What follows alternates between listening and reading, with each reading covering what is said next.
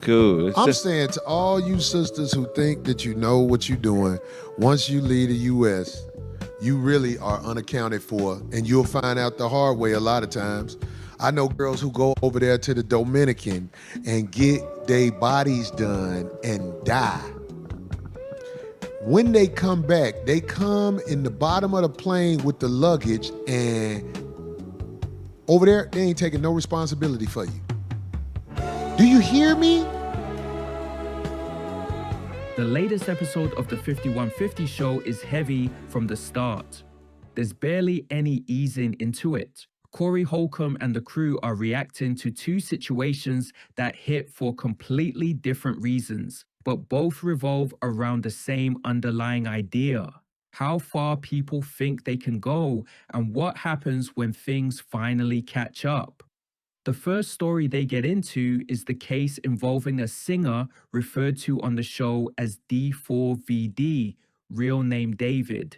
Darlene O.G. Ortiz lays out the charges, and they're serious enough to change the entire tone of the room. First-degree murder, lying in wait, which points to premeditation, allegations of killing a witness. The victim, a young girl described as someone who knows nothing about life yet, allegedly found hidden in his car. Corey doesn't try to turn that into comedy. He gets stuck on one thing: how this didn't lead to an immediate arrest. His logic is simple. If the situation is as direct as it sounds, there's no way someone should still be walking around unless something else is at play. You know the story about that singer David that goes by, spells it D with a 4, VD, that singer guy with the young lady that was found murdered in that Can we Tesla. confirm this stuff though? Yes, I'm about to say it. All right. Yes, I'm about to say it. He was finally charged. So he is now officially charged. As of yesterday, he is being charged with first-degree murder, several charges: lying in wait. If you guys don't know what that means, it means deliberate, premeditated. Murder for financial gain, allegedly to protect his music career. Murder of a witness to a crime, allegedly to hide a sexual relationship. And continuous sexual abuse of a child under 14 years old. And mutilation of human remains. Oh, you about to get the gas chamber. That's a lot of serious shit. Yeah. Man, I ain't gonna lie, man. If you are fucking a 14-year-old in the United States of America, that's your ass. Yeah, he up out of here. He was, what, 19 or 18? And his attorneys have stated that they will vigorously defend his innocence, claiming that evidence will show and prove that he did not cause his victim's death. So, well, are they going to be able to prove that? Because I heard, is his dad a lawyer or something? I don't know. I don't know. They didn't come grab him right away Not for right a away. reason. Yeah. He has resources. But they found a young lady in his car that was stashed away, which I don't understand. I don't understand. Why do you think that you can... Was the car supposed to get... you see, that's the whole thing. It's like... Put in the demolition? What is that? Oh, that's just a picture he has. Yeah, like videos and album covers and things like that. He was a very peculiar, not interesting fella. Like somebody said, Tesla cars have cameras. What's interesting is how closely that matches the reaction online. On TikTok and across social media, especially among Black audiences, the response has been immediate and harsh. There isn't much debate happening. People aren't trying to defend the artist or wait for a full breakdown of events. They're reacting to the accusations themselves. The focus is on the victim, her age, and the idea that someone in a position of visibility could be tied to something like this. Y'all, I just finally got to watch the press conference about David finally being charged, and he's being charged with first degree, which means that this wasn't like a crime of passion. This wasn't all of a sudden. They believe that this was planned and premeditated. They're saying that the intent, they believe, was for financial gain, rather, I guess, like for the purpose of maintaining his career, because he had a very lucrative music career, and Celeste was threatening that by apparently saying that she wanted to come forward about the relationship that they'd been having. which also means that there's murdering of a witness to an investigation, which makes me wonder if Celeste had reported something about David previously, like there was some kind of ongoing investigation involving her. Obviously, he's also getting charged with SA of a child because of the nature of their relationship, and also being charged with lying in wait, which is something that I'd never heard of before, but apparently I just Googled it and it means a situation where a perpetrator watches and waits for an opportune moment to launch a surprise attack on an unsuspecting victim. Sounds like, based on what they said at the press conference, that they had no eyewitnesses. So the reason why this has been taking so long is that they've really had to dig through, they've had to find pretty much every bit of evidence about this on their own, because seems like the witnesses that they had, it took maybe a lot of time to get people to come forward and speak. And wow, I'm like, it's really, honestly, I don't know if relieving is the word, but I'm really happy that they've actually brought these charges against him and that there's finally going to be some justice. But it's really eye-opening, the idea that they are charging him with murder of a witness, because then that sounds like she might have been potentially, I'm not sure, I'm not a legal person, but based on what I'm reading, sounds like she might have had intent to go to the cops about David, or even already had done that, which is like totally news to me. That's something that I hadn't heard about yet. And it's just so tragic, but I'm really happy to see that hopefully at least they are seemingly coming at him with everything they have, with like really heavy charges that will most certainly put him away for life if they can prove this. And Girly Pop will get justice. That kind of reaction usually only happens when the details are severe enough that people don't need to fill in many gaps. The accusations alone are enough to form an opinion. Then the conversation shifts to the death of Ashley Robinson, also known as Ashley Janae, and everything changes. What about the girl that went to Africa? Her dude. Oh, that's a whole nother story. I know. Wait, We got to where did talk she about go? that. Oh. Tasmania or something? Yeah, somewhere. One of them. You know the story. I don't Oh, know no, it it's a all. lot of detail. I'm not that familiar with it. I heard That's she a whole traveled show. somewhere. She was just posting. She's an Instagram chick. Bad. I mean, not her. The other one. Wait, that's the girl who came up dead in the car, right? Yeah, right, Yeah. right. R.I.P. R.I.P. We don't wish that for people. We don't wish that for people here at 5150. That was a young That's not lady. cool. If she was the age they said she was, that's a young lady who knows nothing about life. Yeah, that's too bad, man. Rest in peace, young Yeah, lady. that's a young lady who knows nothing about life yet. Now, what about this other girl? Do you know about that, D? Well, Yeah, yes. but I wasn't going to talk about that. So it's I don't want to just how you say throw a lot of nonsense out If there. we don't know, But that's why I haven't said nothing about I do, it. but it's a lot. What do you It's know a about lot it, of the D? story. The What do you other mean? girl. It's all over. It's flooding the internet. Ashley Janae, yes. Okay. Ashley Janae. Ashley Janae. Yeah. She was an Instagram model. Right. I don't know if it's I'm asking. I Well, don't know. something like that, I guess. It's Very just, she was beautiful girl, yeah. Very, very beautiful. A lot of people. Put her up. Take the lot of Shauna people- P77, love you too. Go Yeah. ahead.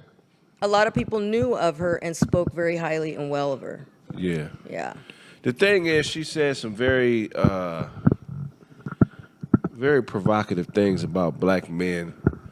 Well, what did she say, Craig? Because this, I want to make sure, like, I know if you say it, you saw it. So she said basically that black men publicly embarrass black women. That with black men, basically, I'm paraphrasing that you can't really live in your feminine energy. And she started dating white men, and this white guy was, providing for her in a way where she was, living her feminine energy. So she was speaking very egregious things about black men. Then they bring up her past social media posts. Craig Fax talks about comments she allegedly made about black men, saying they embarrassed black women publicly and that she preferred dating white men because of what they provided and how that allowed her to live in her feminine energy. That part of the discussion reflects what's been happening online, where the case has turned into a wider conversation about relationships, race, and loyalty. But Corey separates that from what happened to her. Man, y'all think it's me. It's Craig. How we know she didn't You try could to kill your bitch in in peace. peace? Come on, he might have hung her in self-defense. Well, you a stupid They could have got motherfucker, into dog. it, and that was the only way for him to defend himself. We don't know. You know what I'm saying? But it's crazy, man. Rest in peace to her. Somebody said the disrespectful part was when he didn't call the parents. Why would I call the parents? That ain't my job. So how old is that girl? I don't know. I don't know either. Very young. I She's definitely don't know younger the than age him. group. But She's definitely some younger women than are him. Tanzanian government. He paid off the Tanzanian government. That's what some people are saying in the chat. We don't know any of this to be facts. Yeah, All I know, and that's the only reason why I don't want to speak. I don't have all the details, and I think it's still way too early. somebody There's said I it's so many- talked Craig about on this the before on one of our shows. Really? I said, when the sisters leave the country, you're in another environment. You don't know what you're getting into most of the time. You are not in this America. Now, first of all, in America, they use you as a hustle. But when you go to I hope the sisters listen, when you go to these other countries, if you are in a bad way, what's a bad way? If you ask me, that picture is in a bad way. What are you doing with that man? What are you doing with that man? What are you doing with this man? Right. Why are you leaving everything you know to go on a vacation with a man who is, watch this, this the bold statement. This the bold statement. If you are going somewhere with that man, because I could be wrong, this looks like a young girl, and she's with this man. Something also happened where They got paper. they had to get separate hotel rooms. They had the same room, if you could look that up. Something happened where they had to get separate hotel rooms. I don't know the details. And then, so that, to me, that was like, that probably, I ain't going nowhere with nobody where I know they got paper and I ain't got shit, and I'm outside the U.S. at my age and wisdom now. That girl didn't know no better. When you look at both stories side by side, the difference in how people respond becomes obvious. In the D4VD case, the reaction is immediate. The allegations are specific, detailed, and severe. People hear them and form a strong opinion right away. In the Ashley Robinson case, there isn't that same level of clarity. There's a death, a timeline that raises questions, and a fiance who hasn't been charged. That leaves space for speculation, and people fill that space with whatever makes the most sense to them based on their own views. That's why the conversation online around her case has spread into so many different directions. Suspicion of the fiancé, debates about interracial relationships, arguments about her past comments. The lack of confirmed answers opens the door to all of it. Hey guys, so I want to provide you a quick update on the death of Ashley Robinson, better known as Ashley Janae on social media. I have been in continuous contact with her family, and right now they are anxiously waiting for the results of the autopsy. They say that they were told that the autopsy was completed on Tuesday. They were expecting it earlier this week, and they just do not know what the holdup is. But they're waiting before they do anything else to first get those results. And the family says throughout this entire process, they haven't heard from Joe again. The last I told you was that he was being questioned by police and they have confiscated his passport.